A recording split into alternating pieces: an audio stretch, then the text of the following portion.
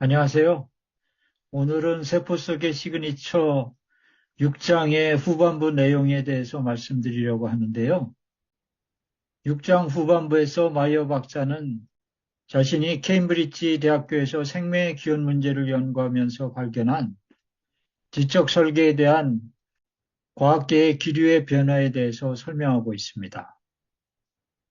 지난번 영상을 보셨으면 아시겠지만 사실 마이어 박사가 최초 생명의 지적 설계 가능성에 대해서 동료들과 나눴을 때 대부분은 냉담한 반응을 보였거든요. 마이어 박사는 우주와 생명체의 지적 설계를 주장했던 뉴턴이나 막스웰 같은 위대한 과학자를 배출했던 케임브리지의 기류가 현대에 와서 어떻게 그렇게 달라지게 됐는지 의아해 하는데요. 뉴턴 이후에 과학계에 어떤 변화가 일어났는지에 대해서는 제가 이미 이전 영상에서 말씀드렸기 때문에 그 영상들을 참고하시면 좋을 것 같습니다. 뉴턴이 지적 설계를 주장했다는 것에 대해서는 많이 말씀드렸기 때문에 더 설명드릴 필요는 없을 것 같고요. 제임스 클럭 막스웰은 약간 설명이 필요할 것 같은데요. 대학교 때 전자기학을 공부하신 분들은 막스웰의 전자기 방정식이라는 것을 들어보셨을 겁니다. 막스웰은 이미 19세기 중반에 전기와 자기 현상을 통합한 유명한 전자기 방정식을 발표하게 되는데요. 놀라운 것은 이 간단하게 보이는 네 개의 방정식으로 모든 전기와 자기 현상을 설명할 수 있다는 것이거든요.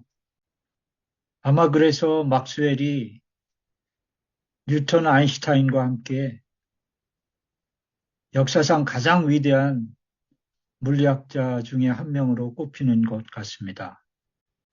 마이어 박사는 케임브리지 대학 캐벤디시 초대 교수였던 막스웰의 강력한 주장에 의해서 캐벤디시 연구소 통로에 새겨진 구약 성경의 시편 말씀, 여호와의 행사가 크시니 이를 즐거워하는 자가 다 연구하는도다. 이 말씀을 보면서 지적 설계의 아이디어가 현대과학의 토대를 형성하였다는 것을 설명하고 있습니다. 그러면 6장 전반부에 이어 6장 후반부의 내용을 들어보시겠습니다. 과거의 케임브리지. 그런 몇 안 되는 만남을 제외하고는 현재의 케임브리지에서는 설계에 대한 나의 관심을 나누지 못했다. 그럼에도 불구하고 오래지 않아 과거의 케임브리지에서는 그것이 나누어졌다는 것을 알았다. 케임브리지는 과거의 역사가 단순히 연구될 뿐만 아니라 만들어지는 도시로도 세계적으로 유명했다. 나는 곧 과학적 위협을 일으키고 수백 년간 그 역사를 만들었던 그들은 내가 부딪혔던 경멸을 나누지 않았다는 것을 발견했다.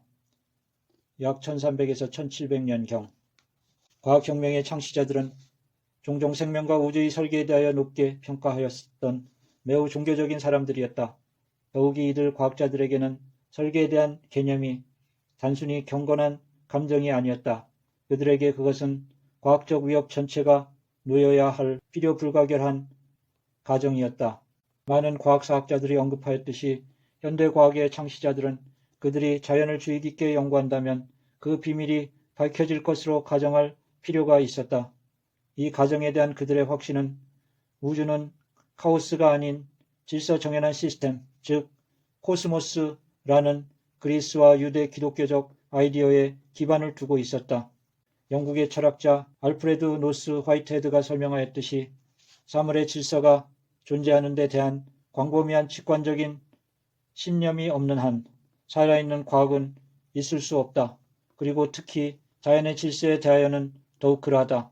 화이트헤드는 이 명제에 대한 신념은 특별히 신의 합리성에 대한 중세의 주장에 의하여 영감을 받았다고 주장하였다. 다른 과학사학자들은 화이트헤드의 의견을 확대하였다. 그들은 현대과학은 우주가 사람이 그것을 이해하도록 설계한 어느 분별력 있는 지성의 산물이라는 신념에 의하여 특별히 영감을 받은 것이라고 주장했다.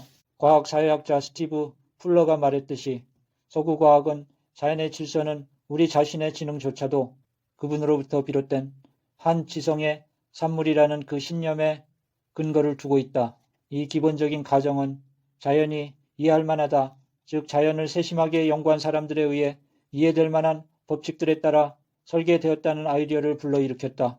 또는 천만학자 요하네스 케플러가 말했듯이 과학자들은 자신의 뒤에 계신 하나님의 생각을 생각하는 직업을 가진 사람들이다.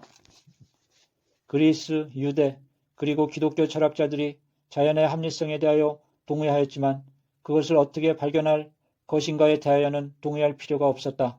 많은 과학사학자들은 자연에 대한 그리스식 아이디어는 실제 관찰에 의하여 제한되지 않는 철학적 사고나 하는 메마른 탁상 공론이 되는 경향이 있다고 언급하였다. 과학의 진보를 위하여 경험적 접근법을 더 발전시킬 필요가 있었다. 이것은 중세의 철학자들과 초기 현대의 과학자들이 그리스식 사고방식을 확실하게 끊고 난 후 과학혁명 동안 발생하기 시작했다. 비록 그리스 철학자들은 자연이 그 근저의 질서를 반영한다고 생각했을지라도 그럼에도 불구하고 그들은 이 질서가 설계자의 지성으로부터 나온 것이 아니라 내재되어 있는 자명한 논리적 원칙으로부터 나왔다고 믿었다. 이런 이유로 인하여 많은 이들이 자연을 실제로 관찰하지도 않은 채 자연이 근본 원리로부터 어떻게 거동하여야 하는지 추론할 수 있다고 가정했다. 예를 들어 천문학에 있어서 그리스인들 아리스토텔레스와 프톨레미는 행성은 원형 궤도를 운동하여야 한다고 가정하였다.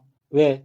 그리스 우주론에 따르면 행성은 전형적인 투명한 구들의 영역, 즉 오로지 완벽함만이 가능한 전체 영역에서 운동하여야 하기 때문이었다. 운동의 가장 완벽한 형태는 원형이었기 때문에 그들은 행성도 원형 궤도를 따라 운동해야 한다고 추론하였다. 무엇이 더 논리적일 수 있는가? 설계 아이디어는 서구과학을 그런 비현실적 추론으로부터 자유롭게 했다. 그리스 철학자들과 마찬가지로 초기 현대 과학자들도 자연이 내재된 질서를 드러낸다고 생각했다. 그럼에도 불구하고 그들은 이 자연적 질서가 설계자의 지성, 특히 유대 기독교 유일신의 지성에 의하여 자연에 새겨진 것이라고 생각했다. 이런 이유로 그들은 자연의 질서는 논리적 필연의 산물이 아니라 합리적 사고와 선택의 산물이라고 생각했다. 인간의 지성을 설계한 동일한 지성이 자연을 설계하였기 때문에 초기 과학자들은 자연은 이해할 수 있는, 즉 인간의 지적 능력으로 이해할 수 있다고 가정했다. 그러나 자연의 질서 역시 그 설계자의 의도에 따르는 것이기 때문에 비밀을 밝히려면 자연을 관찰해야 한다는 것을 깨달았다. 마치 그림을 그리거나 시계를 디자인하거나 도서관의 책을 정돈할 때 많은 방법이 있는 것처럼 우주를 설계하고 정돈하는 여러 방법이 있었다. 자연의 질서는 합리적 지성에 의하여 선택된 것이기에 달리 선택될 수도 있었다. 그래서 자연철학자들은 자연의 질서를 논리적 대전제로부터 단순히 추론할 수 없었으며 자연을 주의 깊게 체계적으로 관찰할 필요가 있었다. 화학자 로버트 보일이 설명하듯 자연철학자, 과학자의 일은 신이 했어야 한 것을 묻기보다는 가능한 한 신이 실제로 한 것을 물어야 했다. 보일은 설계자 및 창조자로서 신의 절대적 자유는 우리에게 자연의 질서에 대하여 면역적이 아니라 발견을 위해 관찰하는 경험적 관찰적 접근 방법을 요구한다고 주장하였다. 이렇게 하여 합리적 지성이 우주를 설계하였다는 가정은 이해 가능성과 우연성이라는 두 가지 아이디어를 불러일으켰는데 이는 다시 자연을 연구하게 하는 강한 동기와 그러한 연구로부터 이해력을 얻게 될 것이라는 확신을 주었다. 옥스퍼드 대학의 물리학자이자 과학사학자인 피터 호즈슨이 말했듯 유대 기독교 신앙에 따르면 세상은 무에서 만들어진 신의 자유로운 창조물이다. 그러므로 세상의 구조는 제일 원리로부터 추론할 수 없다. 우리는 신이 그것을 어떻게 만들었는지 알기 위해서 그것을 들여다보고 관찰하고 실험하여야 한다. 이것은 모든 지식은 감각을 통하여 얻어진다는 아리스토텔레스 주의 원칙을 강화하지만 그 지식이 창조의 교리에 내재된 세상의 본질에 관한 좀 더 폭넓은 신념 안에 있어야 한다는 것을 요구한다. 호즈스는 초기의 과학자들은 세상이 지성에 의하여 창조되었기 때문에 합리적이며 또한 그 지성이 자유롭게 활동하였기 때문에 불확실한 것으로 가정했다고 말한다. 이들 가정은 유대 기독교적 세계관에 의하여 가능했던 참신한 유형의 과학적 사고로 이끌었다. 케임브리지시에서 어디를 가든 나는 오랜 세월을 풍미했던 이러한 관점의 증거를 볼 수 있었다. 매일 프레스쿨 레인에 있는 학과로 걸어갈 때면 30여 년 전 프란시스 크릭과 제임스 왓슨이 자신들의 모델이 너무 훌륭한 나머지 오를 수밖에 없다고 생각했던 오래된 캐벤디시 연구소의 입구를 지나치곤 했다. 캐벤디시의 커다란 나무로 된 문을 가로지르는 아치로 덮여있는 통로에는 마그나 오페라라는 라틴어로 쓰인 명문이 있었다. 그 명문은 최초의 캐벤디시 교수였던 물리학자 제임스 클러크 맥스웰이 강력하게 주장하여 1871년에 그곳에 설치되었다. 명문은 여호와의 행사가 크시니 이를 즐거워하는 자가 다 연구하는도다 라는 시편의 글을 인용하고 있다. 그 명문은 과학적 연구에 대한 맥스웰의 영감, 즉 자연은 설계자의 지성을 반영한다는 생각을 요약하고 있었다. 이 믿음으로 그는 코페르니쿠스, 케플러, 레이, 닌네, 퀴비에, 아가시즈, 보일, 뉴턴, 켈빈, 패러데이, 러더포드 등 400년 이상 서양 문명을 이끌었던 많은 과학자들과 연합하였다. 그러나 과학사를 공부하면서 나는 곧 이와 같이 많은 과학자들이 단순히 믿음으로 우주가 설계되었다고 추정하거나 주장하는 것이 아니라는 것을 발견했다. 그들은 또한 자신의 학문 분야에서 발견한 것을 바탕으로 이 가설을 주장하였던 것이다. 요하네스 케플러는 행성의 운동에서 수학적 정확성 및 그가 발견한 운동을 묘사하는 세계의 법칙을 보고 지적 설계를 감지하였다. 다른 과학자들은 자연 법칙이 작용하는 자연 세계의 많은 구조와 특성을 보며 설계를 감지하였다. 하버드에서 자신의 이름을 딴 교수직이 만들어진 19세기 미국의 선구적인 박물학자였던 루이스 아가시즈는 화석 기록에 드러난 외관의 유형은 틀림없이 설계를 가리킨다고 확신하였다. 칼 린네는 식물과 동물이 질서정연한 그룹 안에 그룹 분류 체계로 쉽게 나누어짐을 보고 설계를 주장하였다. 로버트 보일은 많은 물리적 메커니즘의 정밀한 시계와 같은 규칙성은 가장 지적이며 설계에 능한 그 누군가의 활동을 암시한다고 주장하였다. 특히 뉴턴은 이런 면에서 주목할 만하다. 일장에서 논했듯이 그는 물리학, 생물학 그리고 천문학에서의 발견을 근거로 설계를 주장하였다. 그는 그의 고전 광학에서 눈의 설계를 주장하였다. 그는 또한 그의 걸작 자연철학의 수학적 원리에서 행성계의 지적 설계를 주장하였다. 프린키피아의 제너럴 스컬리움 서론에서 뉴턴은 행성계의 안정성은 만류인력의 규칙적 작용에 의해 결정될 뿐만 아니라 태양과 관련한 해성 및 행성의 정확한 초기 위치 설정에 의하여 결정된다고 하였다. 그의 설명대로 실로 이런 전체들이 단순한 중력의 법칙에 의하여 그들의 궤도를 유지한다고 할지라도 처음부터 그런 법칙에 의해서는 그들이 자신들의 궤도상 위치를 결코 가질 수 없었을 것이다. 그래서 태양, 행성 그리고 해성이 이렇게 가장 아름다운 시스템은 오로지 지적이고 강력한 존재의 계획과 다스림에 의해서만 나올 수 있다. 뉴턴의 과학적 견해의 중심에는 설계의 아이디어가 있었기 때문에 프린키피아에서 중력에 대한 뉴턴의 아이디어를 연구할 때 나는 이 점을 놓치지 않으려고 조심하고 또 조심했다. 어느 개별지도 시간의 지도교수 중 확고한 무신론자 한 사람이 뉴턴의 업적을 해석함에 있어 현대의 세속적 편견을 가지지 말 것을 상기시켰다. 그는 자네가 만일 뉴턴의 유일신 사상을 놓친다면 모든 것을 놓치는 걸세 라고 충고했다. 뉴턴에 대하여 배운 것은 몇 년 후에 도움이 되었다. 1999년 나는 생물학의 기원을 가르칠 때 차별적 관점을 보였다는 주장에 대하여 미 연방인권위원회의 청문회에서 증언하여야 했다. 청문회에서 내 반대측 전문가는 국립과학교육센터의 책임자인 인류학자 유진 스캇이었다. 스캇은 지적설계의 과학적 정통성에 대한 열렬한 비판자로서 유명하였으며 지적설계의 아이디어가 과학법칙에 위배된다고 끊임없이 주장하였다. 스캇에 따르면 이들 과학법칙은 자연세계의 특성을 설명하는 데 있어 설계를 하는 지성의 활동과 같은 그 어떤 비자연적이거나 비물질적인 원인을 배제한다. 청문회에서 위원 중 한 사람이 내게 재미있는 질문을 하였다. 그는 물리학에 있어서 지적설계에 대한 뉴턴의 관점과 널리 받아들여지고 있는 스캇 박사의 과학에 대한 정의를 고려할 때 뉴턴의 물리학이 현재 우리의 교육적 여건 속에서 과연 과학적일지 궁금해했다. 유진 스캇은 그 위원이 뉴턴의 지적 설계를 논했던 배경을 오해하였다고 주장하며 대답했다. 그녀는 뉴턴에게 있어서 지적 설계는 단지 신학적 믿음, 즉 신앙을 실험의 대상으로 삼는 것을 피하려고 끊임없이 과학으로부터 분리하여야 했던 고육지책이었다고 설명하였다. 그녀가 말한 내용을 여기 청문회의 사본으로부터 발췌하여 놓았다. 뉴턴은 신앙심이 매우 깊은 과학자로서 과학이 어떠하여야 하는지를 매우 분명히 했습니다.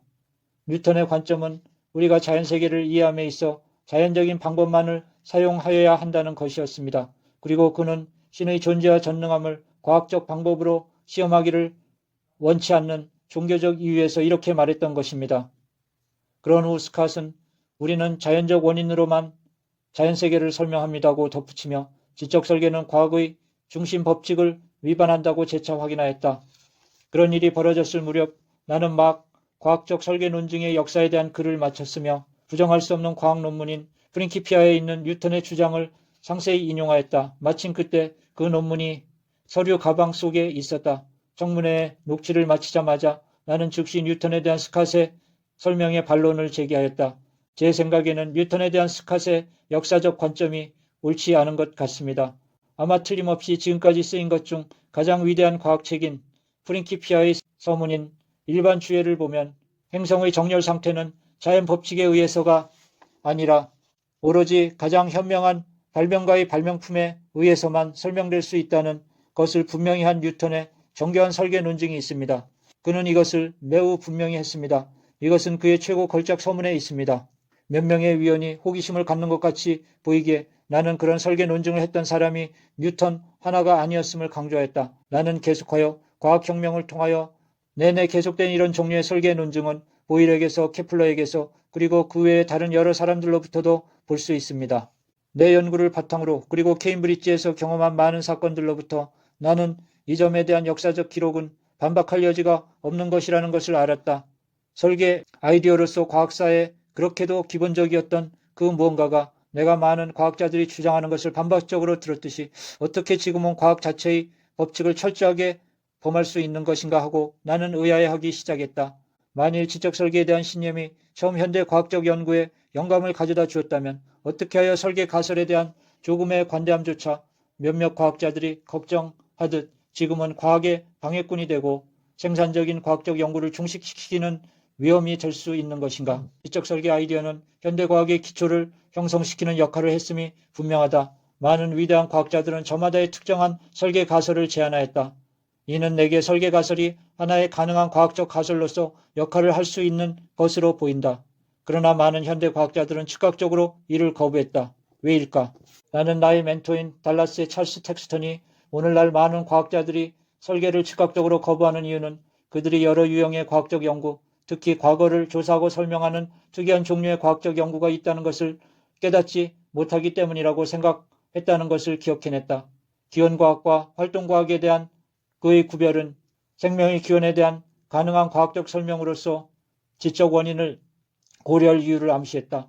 덱스터는 생명의 기원은 유일한 역사적 사건이기 때문에 그리고 지적 존재의 독특한 활동은 종종 유일한 사건을 생성하기 때문에 설계하는 존재의 활동이 그 사건에 대한 적절한 과학적 설명을 제공한다고 생각했다. 내가 텍스턴의 설명을 처음 접했을 때 이 말은 일리가 있었다. 아마도 설계 가설은 생명의 기원과 같은 사건에 대하여 하나의 엄격한 과학적 설명으로서 구성될 수 있을 것 같다. 시청해 주셔서 감사합니다. 안녕히 계세요.